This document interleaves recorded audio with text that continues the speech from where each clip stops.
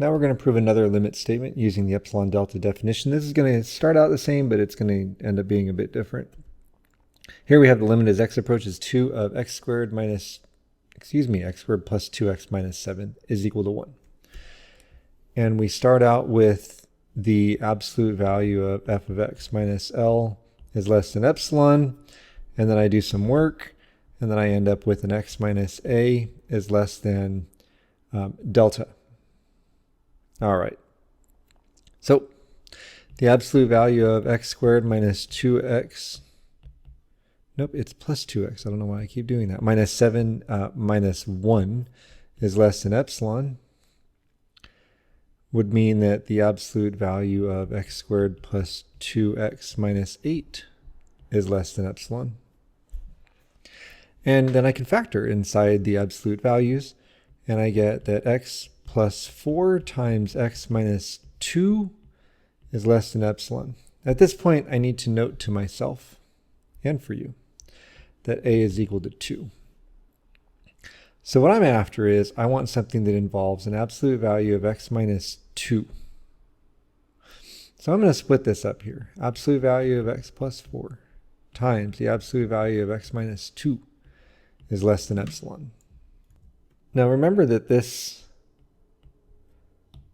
absolute value involving x minus a and that being less than delta, remember those are values on the x-axis. And here we're concerned with a is equal to 2. And as you may recall, our deltas tend to be kind of small, right? Epsilons tend to be like 10th, 100th, something like that. So what we're going to do is we're going to pick a relatively large value for delta. We're going to say, suppose delta is equal to this huge number, which is 1. Then our delta neighborhood goes between 1 and 3. Now things are going to get a little bit weird. If x is between 1 and 3, then I'm going to consider like, well, how big is x plus 4 going to be? And I can find that by adding 4 to all 3 parts of the inequality, right? The middle portion becomes x plus 4. And if x is between 1 and 3, then x plus 4 is between 5 and 7. Now you'll note that for this interval here, x plus 4 is positive. So way back over here, I can then say that the absolute value of x minus 2 is less than epsilon over the absolute value of x plus 4. Now this doesn't really work for us very well. But I can replace x plus 4 knowing that it's between 5 and 7. So suppose I say we're going to use either epsilon over 5 or epsilon over 7. Of these two, epsilon over 5 is larger, and epsilon over 7 is smaller. Where we're going to go is we're going to say that delta is either equal to epsilon over 5 or delta is equal to epsilon over 7. If we think back to an earlier video, when we had a choice between a larger delta of 0.8 versus a smaller delta of 0.4. We said we're going to go for the smaller of the two because that's going to give us an interval that guarantees that our outputs are where we want them to be. We're going to use that same principle here. Of these two, epsilon over 7 is smaller. That's the one we're going to go with. So we're going to say that delta is equal to epsilon over 7. Kind of. I'll get back to the kind of in just a minute. But just to reiterate what we did. Starting with a is equal to 2, we identified a delta neighborhood with a delta equals 1. And 1 unit to the left of 2 and 1 unit to the right of 2 gives me an interval from 1 to 3. So if x is between 1 and 3, I now want to explore how big x plus 4 is.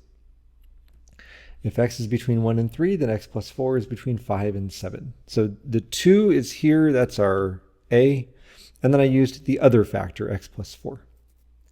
And between 5 and 7, 7 is larger, giving us a smaller overall value because it's in a denominator. That's the one that I pick for a delta. If you need to, rewind, watch this a couple of times for it to make sense.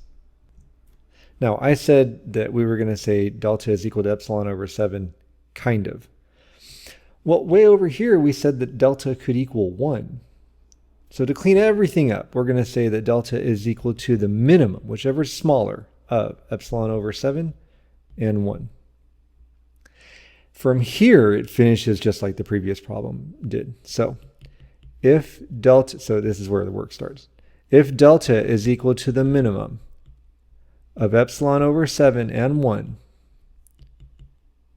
then the absolute value of x minus 2 is less than delta implies that the absolute value of x minus 2 is less than epsilon over 7. And because we know where we got 7 from, we can say then that the absolute value of x plus 4 times the absolute value of x minus 2 is less than epsilon. And that would give us that the absolute value of x squared minus, that's going to be plus, I keep doing that, don't I? 2x minus 8 is less than epsilon, which then means that the absolute value of x squared plus 2x minus 7 minus 1 is less than epsilon. That's the end of it. Watch this a few times if you need to for it to make sense. This isn't something that I emphasize, but it's something that I did want you to see.